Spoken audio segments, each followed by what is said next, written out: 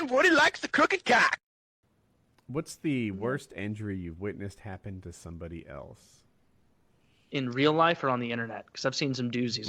Yeah, on the internet. Real life. Someone else stormed this beach. I need to think. The first one I can think of, I've told it before, but at lifeguard, there was a guy surfing, and he wasn't very good. And if you don't know, you sit on the board with it between your legs while you're waiting for a wave. Well, it slid out from under him, and the fin on the bottom, the skeg on the bottom, cut the artery like right here in his thigh. And the femoral artery, right? Thank you. I forgot the name of it. The femoral artery. And it shot like a 6-foot tall rainbow with his pulse. So just like boom, boom, like you could have stood under it as it arched over your head. And I just gave him my T-shirt. We applied pressure, and the medics finished it from there.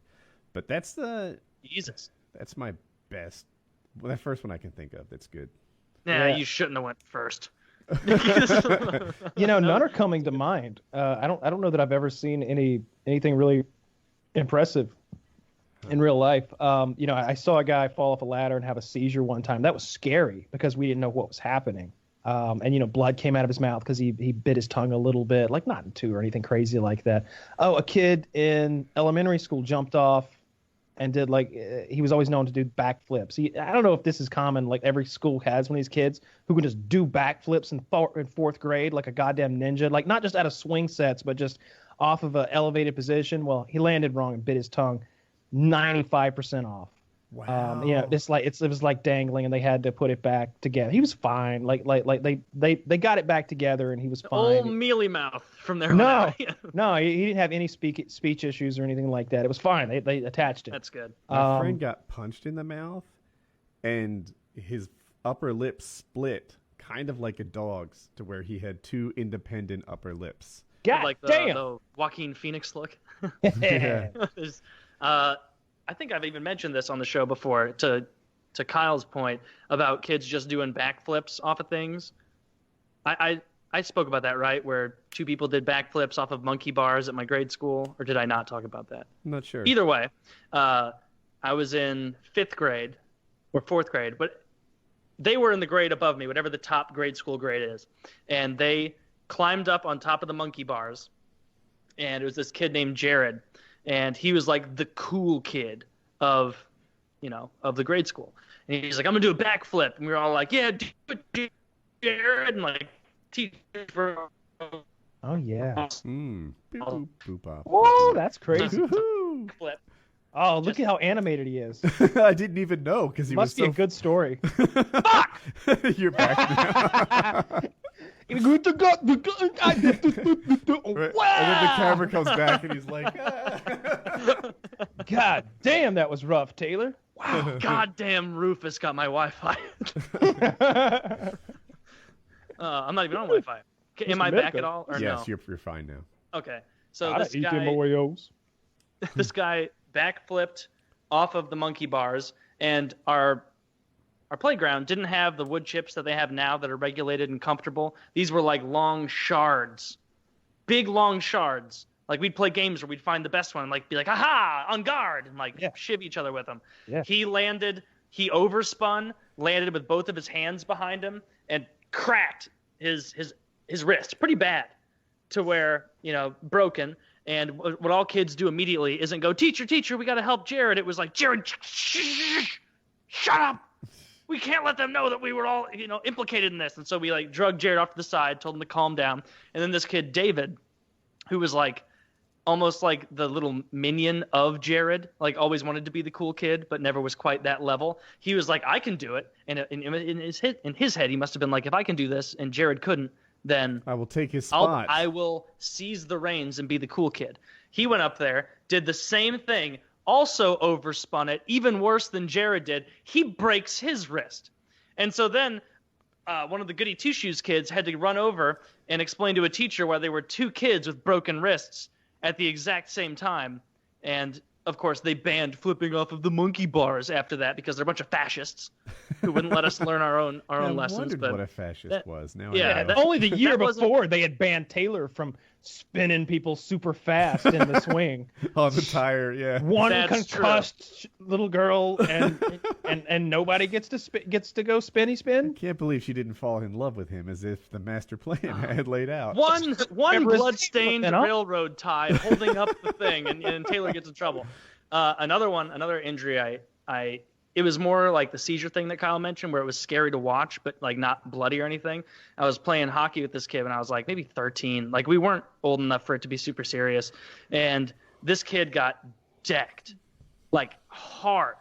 Like a hit that is even harder because you're young, because you're not controlling your body. And Woody knows how this is. Like a guy's just skating full speed and just cracked this guy, hit his head right into the shelf on the boards before it gets to the glass, like right on the corner.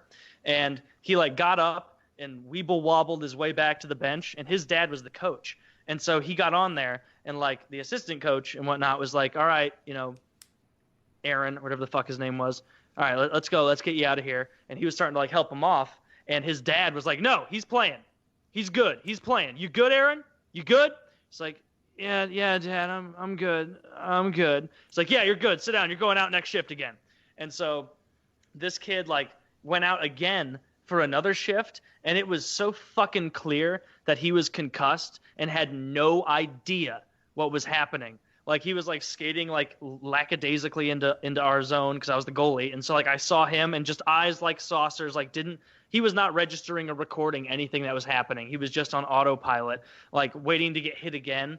And eventually they like when a whistle blew, like a couple players had to like go grab him and be like, "Hey Aaron, let's go back to the bench, huh?" It's like, "What?" "Yeah, let's go back to the bench, buddy. Let's go back to the bench." He finally gets back there, and the whole time his dad was like yelling at him. Like during that shift, but not when he was getting skated back. But during that shift, he was like, "Aaron, skate!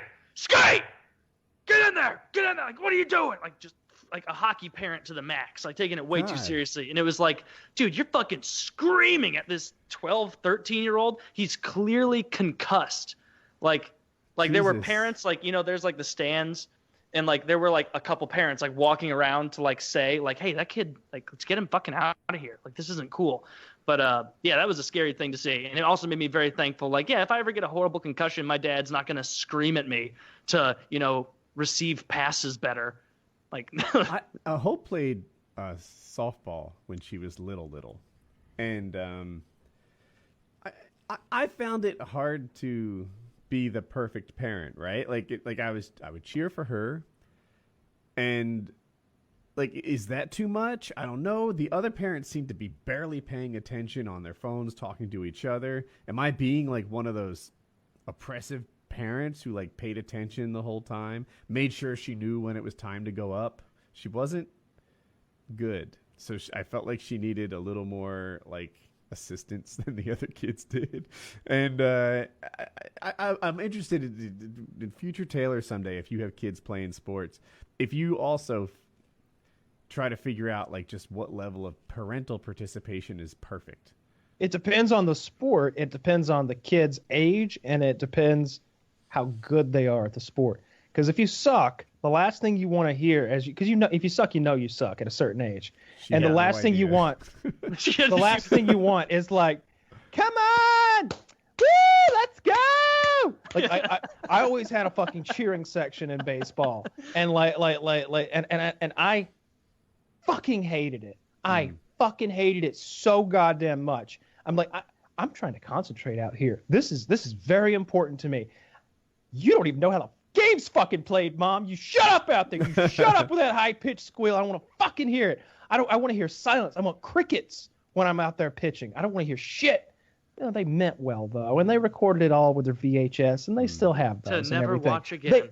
No, we watch that shit. We watch every now and then we would sit down and watch like all kinds of crazy stuff. Like just they would get out the camcorder. They had the Big Daddy camcorder from I don't know when they got it, but it existed when I was 3. So 1989, 1990, somewhere in there they got that thing. And so there's like libraries of these VHS tapes, all of our birthdays ever, all of our like just random days sometimes, like the whole day will be filmed. Like days at the beach or anything like that. It's really cool to go back and see like 3-year-old you running around raising hell, like just going bonkers with my He-Man sword or my proton pack or whatever. It's Your He-Man sword. I had one of those. I have the power. Fucking it made the sound effects when you swung it. I fucking loved He-Man. I think my mom still has footage of my when I was very young birthday party with those monkeys. Probably also filmed on sick. one of those ridiculous Yeah. giant cams. I'll have to see if she still has Dude, that. I'd love to see that. Like you bring that. If she has it still, I would get that and bring it in and show it. I like last time we were on a trip together, Taylor and I, like we were strongly considering getting monkeys brought in. Like we looked into it. Like there was a couple of different places who did that sort of thing. Next trip, monkeys will be there. There will be. I didn't say monkey. I said monkeys. Oh, and Chiz and I had this idea. We are duplicating that Louis C.K. bit that he did, except we're doing it for real.